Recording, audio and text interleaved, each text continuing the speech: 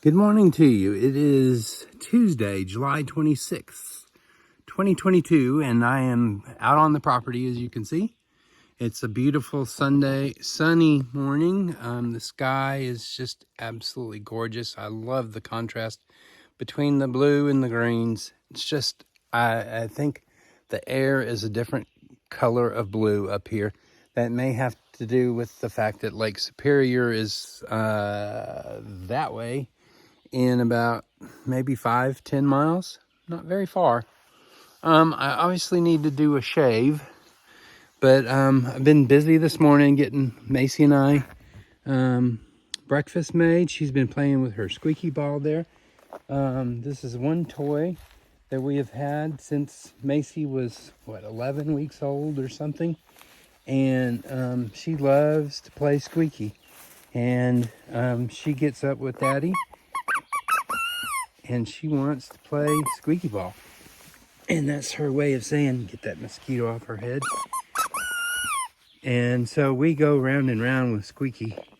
I tell her it's my ball and she better leave it alone or I'm gonna come get her for playing with it. And we have a good time with Squeaky, huh, Macy? See, the tail wagging. I also have some fantastic news to share. When I left Dallas at the beginning of the month, the scales I used are the same ones I have here now, and they said I weighed 332 pounds, but that's far better than it once was. I never made it to 400, but I got within 12 of it, which was too much. Really, when I was just doing too much desk work, too much sitting around, and before I got my Apple Watch that tell me to stand up every hour and do some moving around, and still looks like I need to do some nose work too, huh? Sorry about that. But anyway, so we have the scales. I have these heavy boots on. They must weigh about 2 or 3 pounds. But I'm going to step on the scale regardless. And in real time, you can see that even with them on, I'm weighing 316 now. That would mean I've lost 16 pounds. But when I stepped on it this morning with some lighter shoes, it was actually at 313. And I haven't weighed 313 since the early 2000s when I was the communications director for the Dallas School District. So I am thrilled, happy as can be, that is the case. We've been, the last several mornings, we've been making our breakfast here with the Coleman stove that I bought. And we have a couple pieces of sausage. And I've been having 2 packs of oatmeal that I make in the teapot with the water, I mean, and then I put into this wonderful Tupperware cup that my daughter Reagan left me. Thank you, Reagan. And she didn't do it on purpose, by the way. Anyway, and that thing is working out so well because it's got a lid on it. It seals it. I can put the water in it. Then I can work on getting Macy and our sausage to her bowl. As you can see, she's watching what's going on out here. She's gotten much more accustomed to being out here. Look at that nose. She's smelling something. She has a very good vantage point. A lot of times she sits up there by the awning that it keeps a lot of my tools in place, in the dog bowl and the water bowl. As you can see, we've been brushing her greatly and every day and taking off lobs of hair, making sure there are no bugs on her. But from her position right there, she can see what's going on up that hill. Because one of the, I guess it was a week here.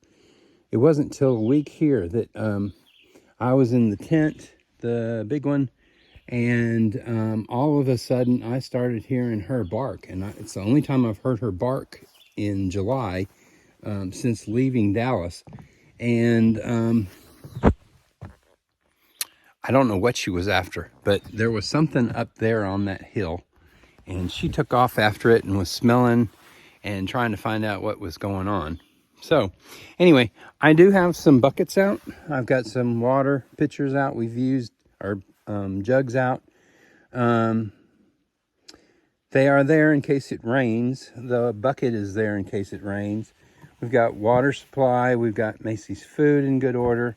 We've got Roundup because I'm trying to get this stuff here down. And as you can see, I've laid out my carvings on a tarp, and that was all this high yesterday. So I think I'm going to move it a little bit this way and a little bit this way as the days go by, and start working down the hill here to get this mess cleaned up. There was a fire pit right there 7 years ago when I was last up here. Yeah, that's going to take some doing. I have been spraying Roundup, and it's starting to work on the ferns, and it's starting to work in that area, but oh my gosh, this is just a jungle and a mess. Macy has started beating down a path through here, as you can see. She likes to go over there on that hill and enjoys the look out there. She also likes to go down there and watch the surroundings and what Daddy's up to. We have 2 pets over here who come and visit us regularly. And they are, we're calling them Chip and Dale because they are chipmunks. This is some of the crap that was left behind by some people who were out here using the land in 2015 when I came up. There was a sauna right here, and there was an outhouse over there, and they just tore everything up and out, and what a mess. And so that's why my brother's shack here just looks like it's in shambles, because largely it is. I haven't gone in it, and I can't really. It's hard for me to manage these steps. I got a message from my watch the other day saying, with your continued instability in walking, you are likely to have a fall in the next 12 months. And I was like, well, thanks, Elvis. As you can see, the outside is rotting. There was a doorway here. There was a bunch of tools and stuff all here that I don't know if my brother brought or somebody else did, but this is a mess, and it really needs to just be torn down. There was a loft up there, but they took that too. They fixed that window. It was broken last time I was here. The octagonal window is still intact, and so all the windows are intact, but I can't stay in here for a couple of reasons. The first of it being I have asthma, and just the smell of the mold from standing here is troublesome enough. The dead rat right there, mouse, doesn't help. But I tried to stand on the floor the other day, and that apparently is a bar. You can hear the floor is giving way. So if you've been wondering why I haven't been using this space, you needn't wonder no more. It's a dump. It's a mess. It really needs to be torn down and done away with, put out of its misery. I don't know what the heck that's all about. So when we told them to get out, they took everything that was here. I don't know how much of it was theirs or how much of it was my brother's.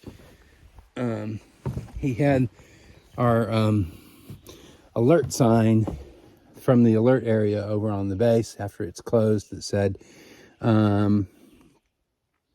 that gave the soldiers on the base license to shoot if you came near the B-52 alert area. That would have been a nice sign to have been able to keep, but it's gone.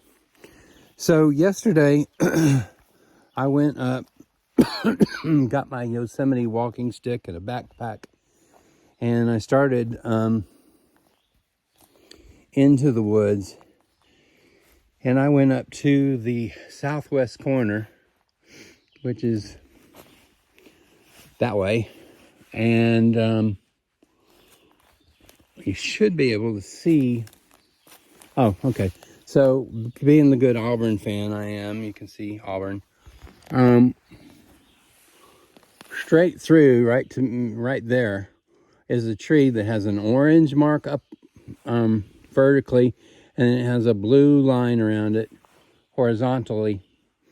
And that's one of the demarcations of the property line. There's another one about another degree in latitude just over the hill, or up that hill. No, it's over, down, and then up is the southwest corner.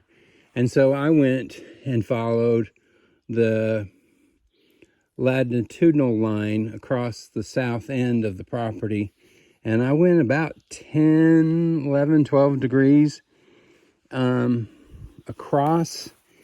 And oh my gosh, for one thing, Apple, why the heck didn't my watch register the different elevation changes that I went through in going up and down and up and down and up and down up in there? Because I have the Series 5 watch, and it's supposed to track how many flights of stairs and stuff you go up and down each day, but this one surely did not. I did find that there's an extra tributary that we didn't know about, that I didn't know about, that's not on the map, that runs down through here. As you go through, right as you hit those pines right there, it goes up. At one point, I'm at 1,460 feet right here in elevation, according to the watch and the my cell phone. But I got up to 1,500 feet there. And the other day, Sunday, Macy and I went for a nice walk out the trail and around where the trail goes back into the woods.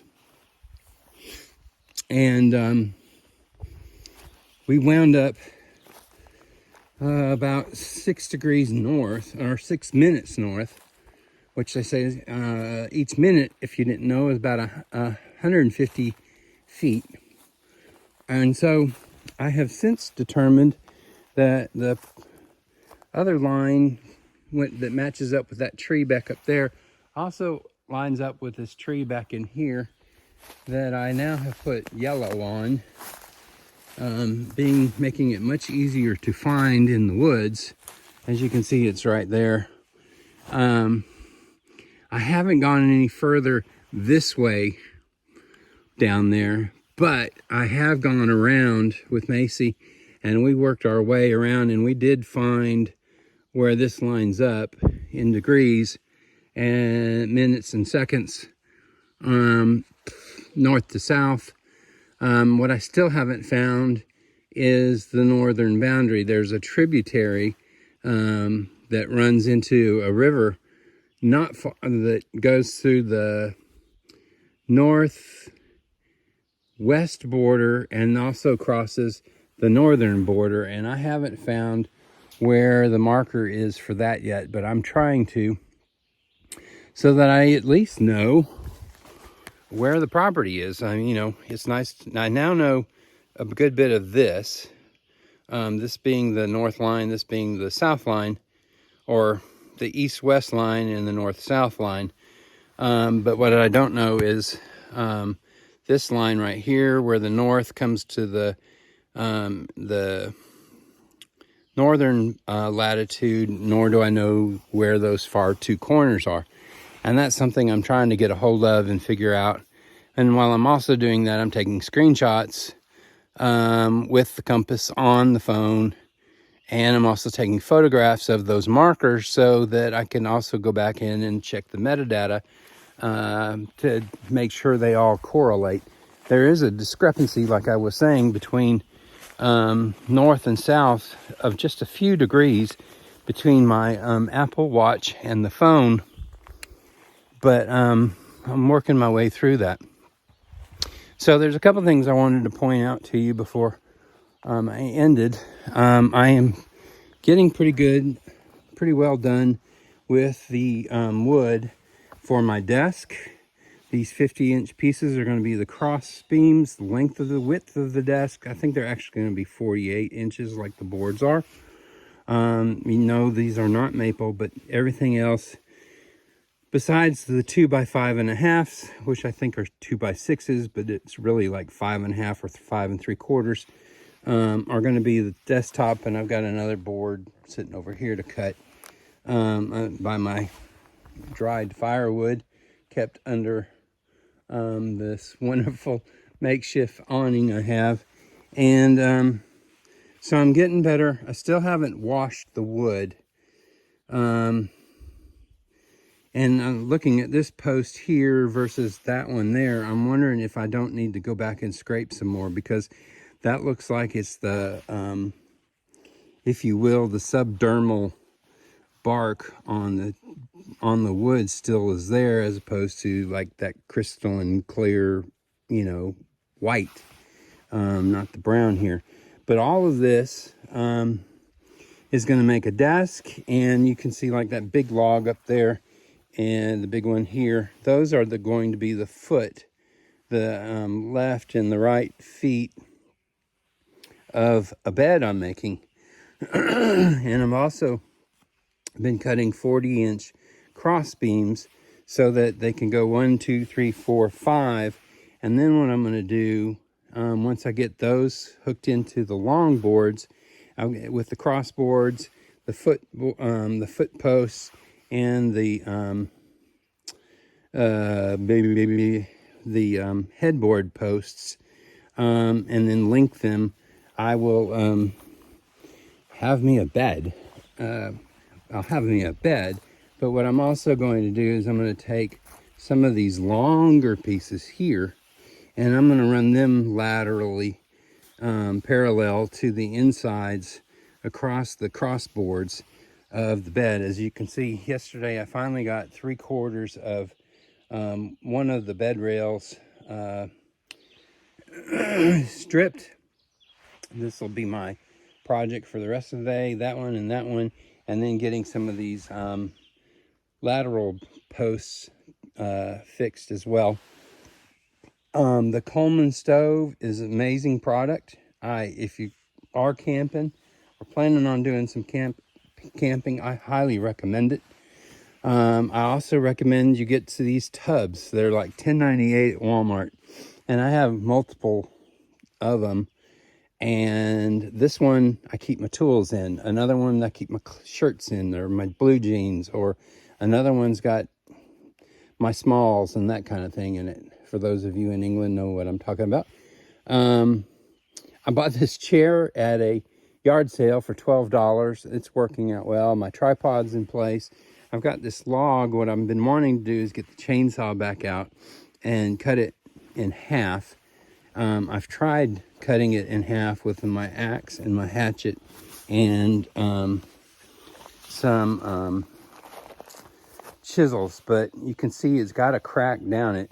What I want to do is cut it in half, hopefully have 2 smooth surfaces on the middles, and then put some 45-degree angle posts on each piece, on each side of it, and then I'll have me 2 benches to sit on. Having one real good chair to sit on is getting to be a pain. I can sit on the bottoms of these white buckets. They're $4, $5 a piece for a bucket nowadays. I went to Menards the other day and I found me a metal bucket, which has come in quite handy. I wouldn't mind having a couple more of those. You see, yes, I do have my pistoli. I've got my gloves, and I've got my Camillus cutting knife already. The Coleman stove is in that nice box, and I tell you, man, that's handy. I did have to go through, though, etched our name in it, and I also had to, see if I can get this up in the light,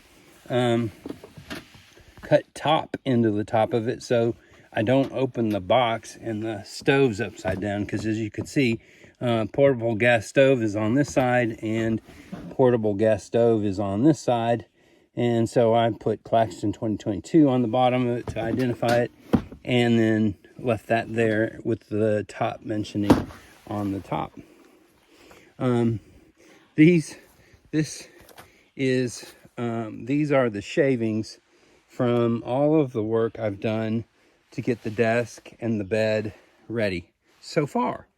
Some of these are extra pieces that I've cut off, notched off at the ends to make sure that they're smooth.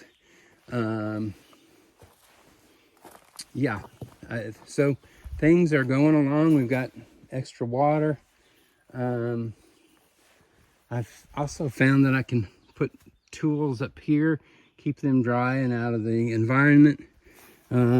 Makes a good place to hang the dog leash, to hang wet clothes that are just soaked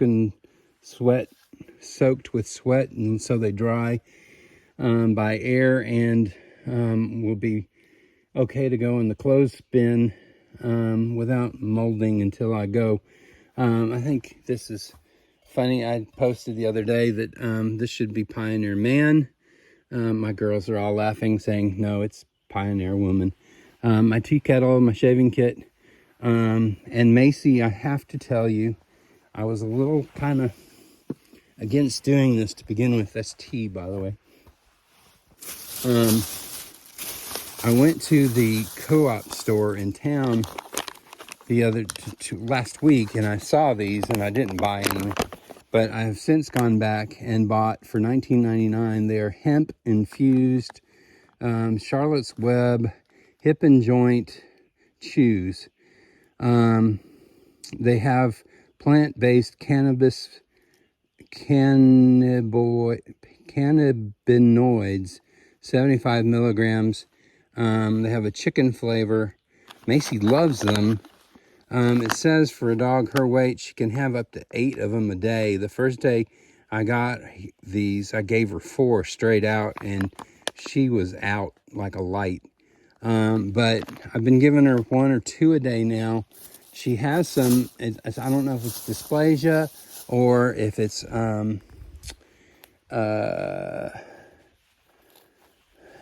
arthritis in her hips, but or just the fact that she weighs too much. She weighed 136 when we left town. This morning, I actually think as I was rubbing her sides, I could start to feel the semblance of ribs on her. So I'm hoping that between the daily walks that she and I take. Hey, Macy Grace, what you doing? Huh? What you see?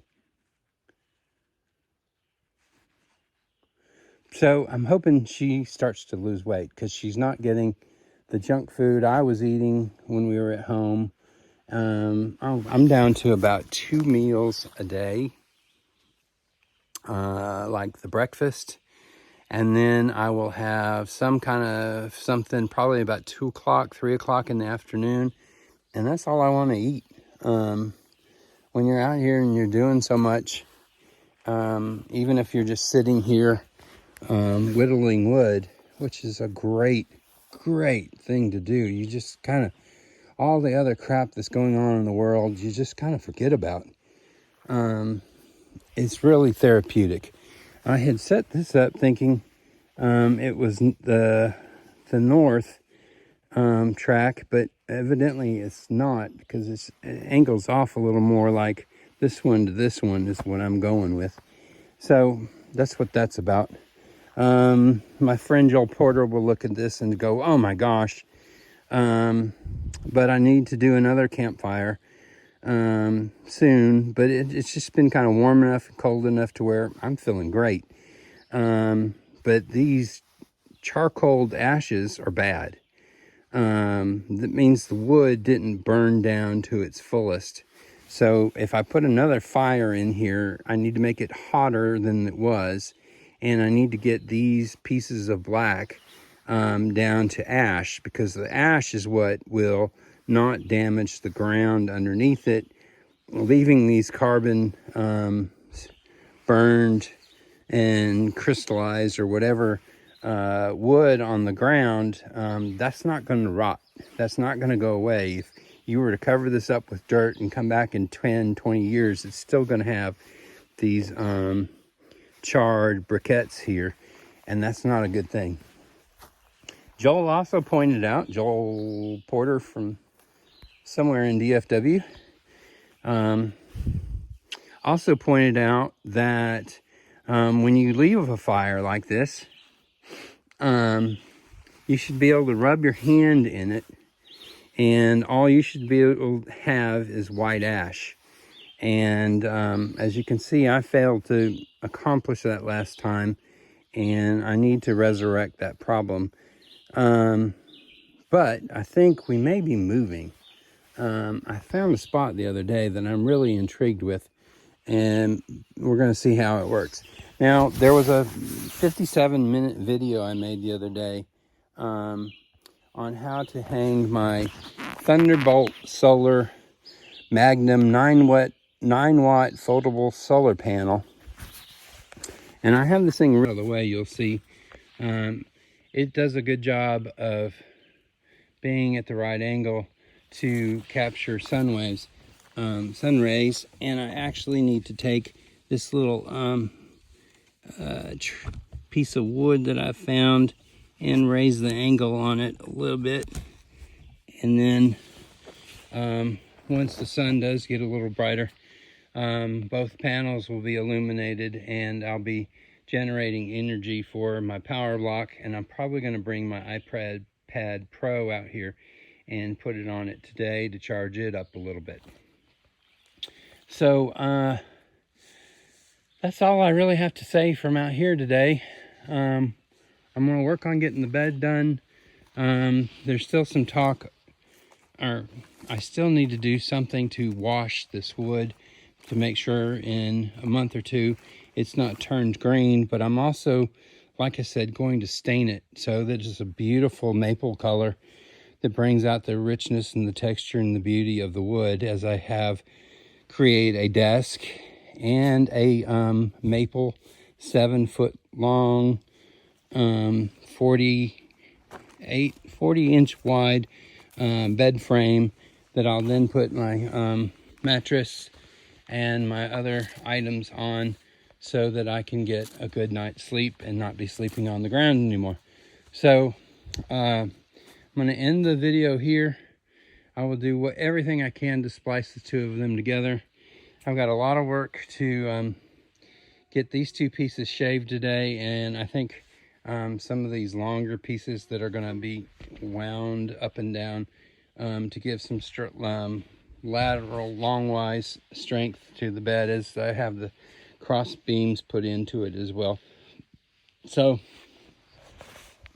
that all being said, I want to thank you for watching. I want to ask you to please like the video that you've seen, subscribe to my channel here.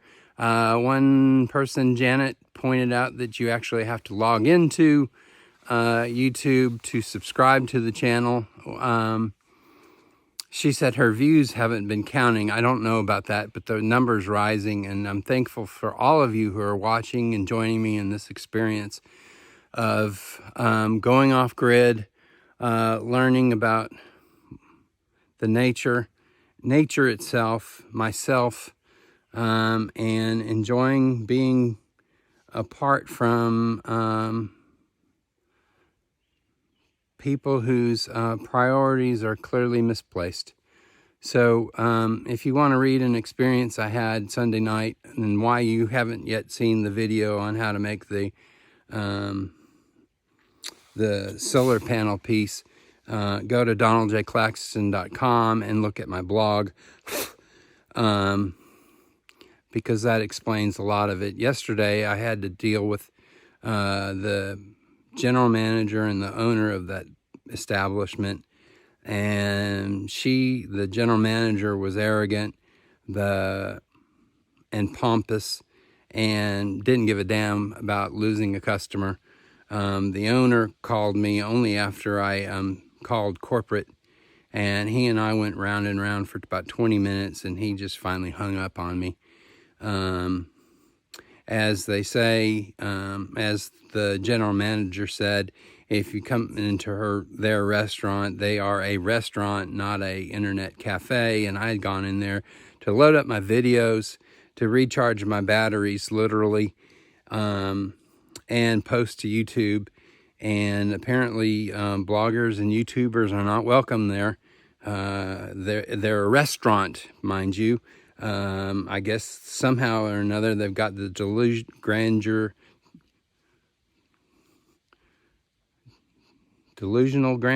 isn't that the word term? I think in there Ruth's Chris or the Palm in New York, or something like that. But they have their internet guest password posted on the wall. They have they have power plugs in their lobby. At one point, maybe maybe a fourth at tops of their dining room had people in it. And once I did not make a purchase within the first 30-40 minutes of being there, the manager came to me and told me to get out, even though the average purchase I've made in their store is about $11 per visit.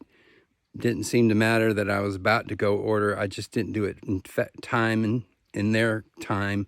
And gosh, I had my MacBook Air, my iPad, my phone and my watch charging, and well, they're just not an internet cafe. So bloggers and YouTubers like me, I would suggest you be careful about, not be careful, just maybe go into a place if you've not been to it before and introduce yourself to the manager. Say, hi, I'm here. I've got this stuff. If you don't mind, I'm going to be sitting in your dining room. I'm not going to be here too long, but I am going to be here longer than normal. I'm loading up video from out in the boondocks. I don't have Wi-Fi out in the woods because there's not even electricity or running water out here. And if they have a problem with that, I guess they'll tell you. It's the only time in travels across the country that any manager has ever approached me and said, get out. And I was so surprised and speechless, not speechless, because I gave them back some about what did I do? What's your problem? I'll go buy some food. And that wasn't good enough. And I asked one of the employees who I had met the night before for some help on trying to shorten the intro to a video, and I was using the phone vertically. And if you've ever tried to edit the video on an iPhone, even the iPhone Pro Max, 13 Pro Max, with its much larger screen, for a finger that big, it's just real hard to get those little crawlers to move in just an nth of a degree to cut out me walking from starting the video on the tripod to going to sitting down in my chair over there. And so I asked a person who was on break, and a millennial, so they know what they're doing with the phone better than anybody my age, 56 years old. And plus they have smaller fingertips, for some help. And that was an abominable crime. Just what a horrible experience. So, things to think about if you're a fellow blogger and YouTuber and you're on the road. There are some places that are just going to act like assholes. And I found the one restaurant in the country that I've ever been in where it was triple asshole loaded. But if you look at the reviews on the website for that chain, for that store, there are multiple indications of people who have, in the recent months, complained about how rude the people are there. And by God, I'm another one of them. I just went ahead and made a post about it. And so they're mad that I've done that. I feel for the owner of the store, who says that post-COVID, things are hard enough to be running a store, a restaurant. I got mocked because I said that I had worked in the restaurant business years ago during college. I'd never managed one, so even though I was a crew leader and was basically managing the staff in the back of the building, while the manager on duty was managing the whole building. I got laughed at and told I didn't know jack about the restaurant business.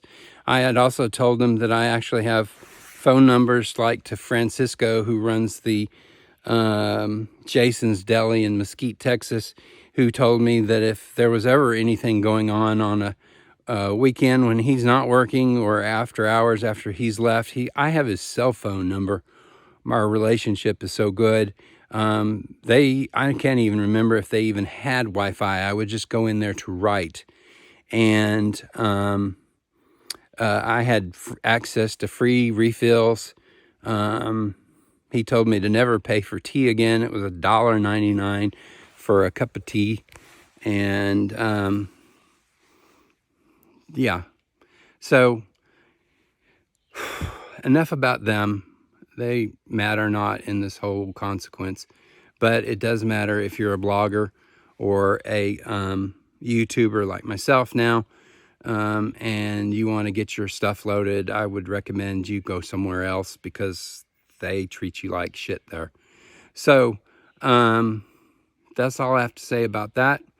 It's a beautiful day, nice and cool. As you can see, I'm wearing a jacket. Right now it's 55 degrees. The high today it says 77. We'll see if we get there. The mosquitoes are not out, knock on wood, today. I don't understand the pattern of why they are or they aren't. There goes my first circulating fly. But okay, I'm done. Have a great day.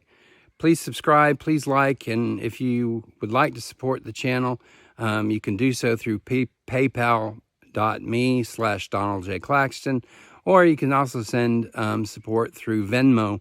I'm seriously reconsidering creating a Patreon site for those who would like to help support the channel on a monthly basis at different levels.